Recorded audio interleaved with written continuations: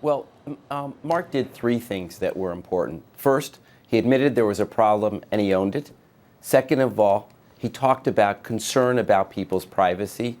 And third of all, he said that he believed that some form of regulation would be helpful, but it had to be the right regulation. The problem is that the senators, in a lot of cases, weren't very prepared to ask follow-up questions. So he was able to stick to his talking points. Having seen and listened to that testimony, do you think to yourself, as somebody who's been around this industry for some time, that regulation is coming? Meaning, what kind of appetite do you think there is going to be as a function of this hearing and others around regulation? What do you think it would look like? Well, first of all, this really comes down to the most important thing, which is users. And users don't appear to be that concerned. Despite a delete Facebook effort, not many people really deleted Facebook. So the kind of regulation that's likely to come down the road that will be well received by consumers and voters more has to do with privacy, has a great deal more about people's ability to know how their data is being used. And the other question I was going to ask is, what did you think of the comment when Mark said, and I thought it was the first time I've ever heard him say this, that he's responsible for the content, meaning for so long in this debate between media company versus technology company, he has stuck strictly on the technology side. And he doubled back later and said he was a technology company. But taking responsibility for the content, to me, seems like a new front for the company.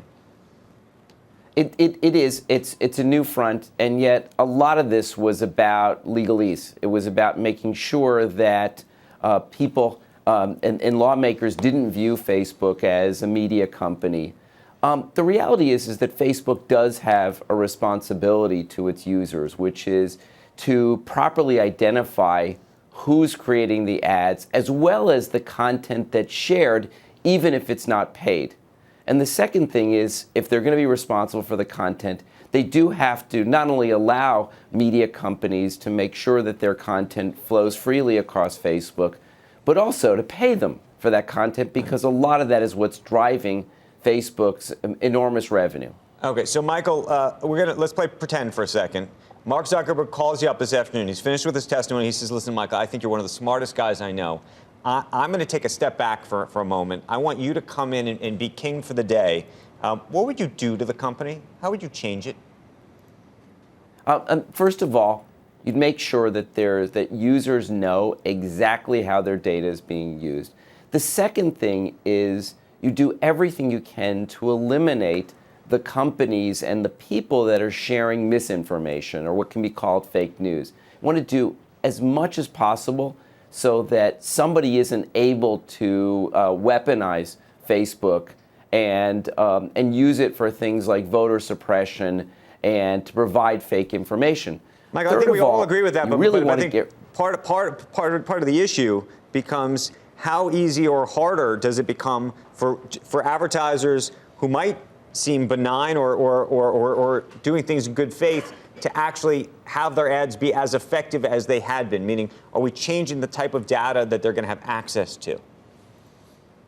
We definitely need to change the amount of data that advertisers have access to. Facebook allows advertisers to target users very, very finely. And some of that targeting, if people knew how they were being targeted, I think they wouldn't be happy with it.